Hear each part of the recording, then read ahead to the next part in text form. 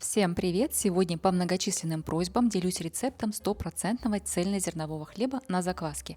Это, пожалуй, один из самых простых рецептов, который потребует минимальное количество усилий с вашей стороны. В этом рецепте нет складываний, нет растягиваний и готов такой хлеб в течение одного дня. Он получается плотный, но одновременно очень мягкий и очень-очень ароматный. Лично я люблю такой хлеб в любом совершенно виде. Он хорошо подходит как и на утренний бутерброд, так и к супу и не только. Очень вкусный такой хлеб и с селедочкой, и с кусочком сала, и с сыром, и с колбаской. Да и просто с маслом. Что может быть лучше, чем темный полезный хлеб просто с кусочком масла, вкусный и ароматный. Все ингредиенты вы сейчас увидите на экране, они также есть в описании под видео, и давайте готовить.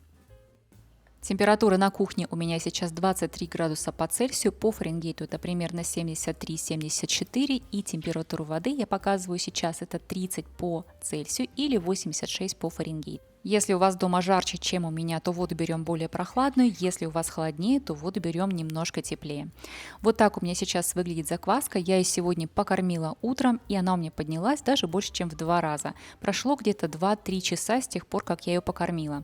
Вот так она у меня выглядит. Если вы проводите ложечкой по закваске, то активная и пышная закваска, готовая к тесту, должна выглядеть вот таким образом. Внутри у нее большие пузыри, она тянется и очень хорошо пахнет. На данный момент в чашку я уже влила 260 мл воды, температуру я показала, и сюда же добавляем 160 грамм закваски. Активная закваска всегда плавает над поверхностью воды, она пушистая и вся воздушная, и теперь ее хорошенечко нужно перемешать с водой до полного растворения. Сюда же я всыпаю цельнозерновую муку, здесь у нас стопроцентный цельнозерновой хлеб, поэтому мука только цельнозерновая, 360 грамм. Измеряем все по весам так, чтобы хлебушек получился. И все это хорошенечко перемешиваем вилкой до увлажнения муки. Для этого рецепта я использую свою стопроцентной влажности пшеничную закваску. Если у вас есть цельнозерновая закваска, можете использовать ее также смело для этого рецепта. У меня просто другой нет, поэтому я использую пшеничную.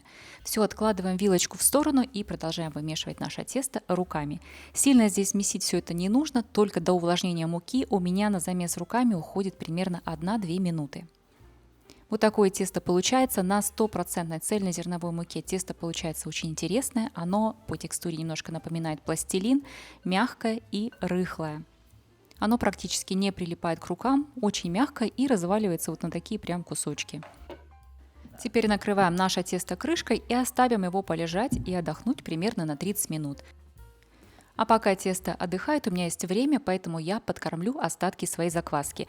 На данный момент в банке у меня осталось примерно грамм, наверное, 80, может быть 100. Сюда же я добавляю где-то примерно 20 грамм муки и сюда же одинаковое количество воды, значит 20 грамм или 20 миллилитров воды. Все это хорошенечко перемешиваем. Вся закваска должна хорошенечко иметь хорошую структуру, хорошо перемешаться. И я переложу закваску в чистую баночку, чтобы вам было хорошо видно. Хочу вам показать, как она выглядит.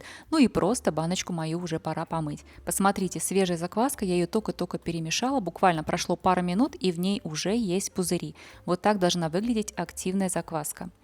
Все, баночка у меня чистая, стеночки прозрачные. Сейчас я подниму немножко резинку так, чтобы было понятно, сколько у меня закваски и насколько она поднимается. Закрываем неплотно крышкой и отправляем банку в холодильник. Ребята, бывает так, что вы использовали всю закваску и не рассчитали, и у вас ничего не осталось. Если у вас осталось в баночке буквально вот такое количество закваски, ее тоже можно восстановить. Если у вас такое случилось, дайте мне знать, я вам отвечу, как это сделать. Тесто у меня постояло, вот так оно выглядит внешне, оно совершенно никак не изменилось. Ставлю его снова на весы и добавляю соль. По рецепту здесь идет 8 грамм соли. Сюда же я добавляю 1 чайную ложку меда. Соль, кстати, лучше брать достаточно мелкую, она тогда лучше перемешивается и хорошо растворяется. У меня в этот раз крупноватая, но ничего страшного, потому что перемешивать мы дальше будем миксером. Ставим насадку крюк на миксер и вымешиваем это тесто на низких оборотах миксера на первой или второй скорости 10-15 минут. Очень важно не перемешивать это тесто на высоких скоростях, чтобы тесто не перегрелось. Вот так тесто у меня выглядит через 10 минут. Я вымешивала ровно 10 минут. Теперь я его округлю, оно немножко приобрело структуру. Вот такое тесто получается, оно приобрело текстуру, стало более эластичным и мягким. Для работы с цельнозерновым тестом лучше всего использовать растительное масло. Во-первых, растительное масло добавляет мягкости этому тесту, и хлеб после выпечки будет более мягким и более нежным. А во-вторых, такое тесто меньше прилипает к рукам. Обычно с пшеничным мы используем часто воду, но с цельнозерновым лучше использовать растительное масло. После округления чашку накрываем крышкой и оставляем тесто бродить при комнатной температуре 24-25 градусов по Цельсию, это 75-77 по Фаренгейту, и стоять оно должно около 3 часов или до тех пор, пока не поднимется в объеме на примерно 60%. Мое тесто уже постояло, я вам показала, как оно выглядит в чашке, очень хорошо было видно отверстие и как оно выбродило. И теперь делаем предформовку.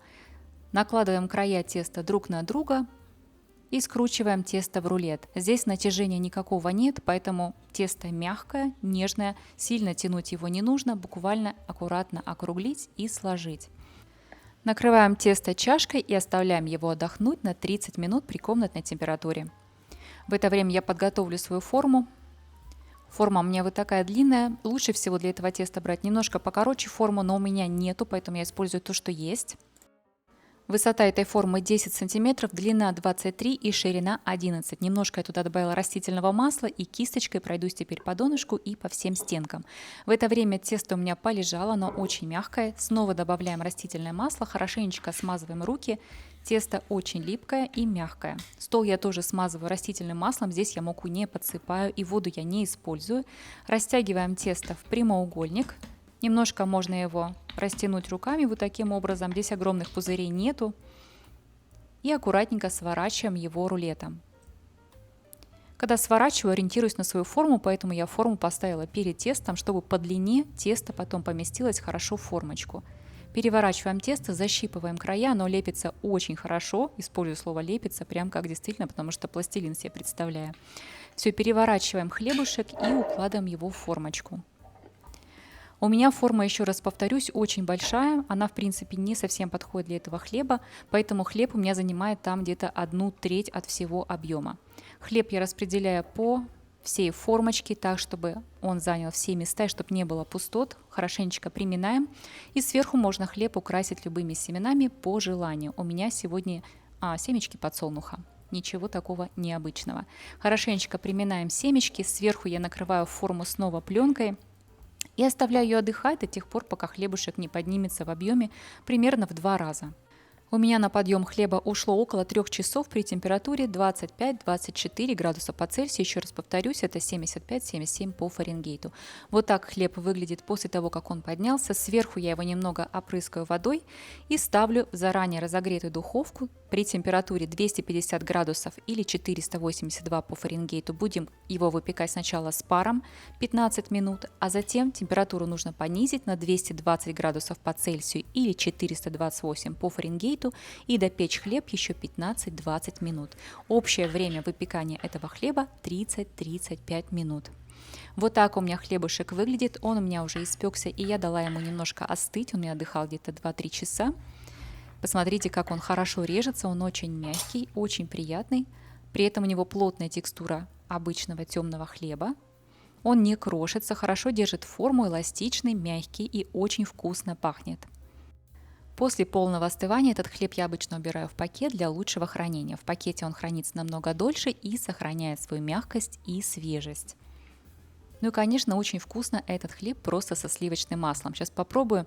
Действительно, это очень вкусный, очень насыщенный вкус, очень приятный хлеб. Так и хочется положить кусочек колбаски или кусочек красной рыбки. Очень вкусно и очень ароматно. Если вы все еще не вывели закваску и хотите узнать, как это можно сделать, у меня на канале есть подробный рецепт. Ссылку на закваску я оставлю в описании под видео. Также вы можете у меня найти на канале достаточно большую подборку хлебов различных на закваске, которые вы сейчас видите на экране. Это и молочные хлеба, мелкопористые, с большими крупными порами, более ажурные, более плотные, более простые для новичков, формовые или подовые. В принципе, есть на любителя. Также есть на сыворотке, есть просто на воде. Каждый найдет свой подходящий рецепт. По ним уже огромное количество людей испекли свой первый хлеб, и вы тоже испечете свой первый хлеб. Я рассказываю максимально подробно, так, чтобы у вас у всех получилось. и вы смогли порадовать своих домочадцев хорошим, свежим и полезным хлебом. Все ссылочки на хлеба я также оставлю в описании под видео, но вы их можете найти и просто в разделе «Хлеба на закваске». Если какие-то вопросы остались, на вопросы я отвечаю в комментариях.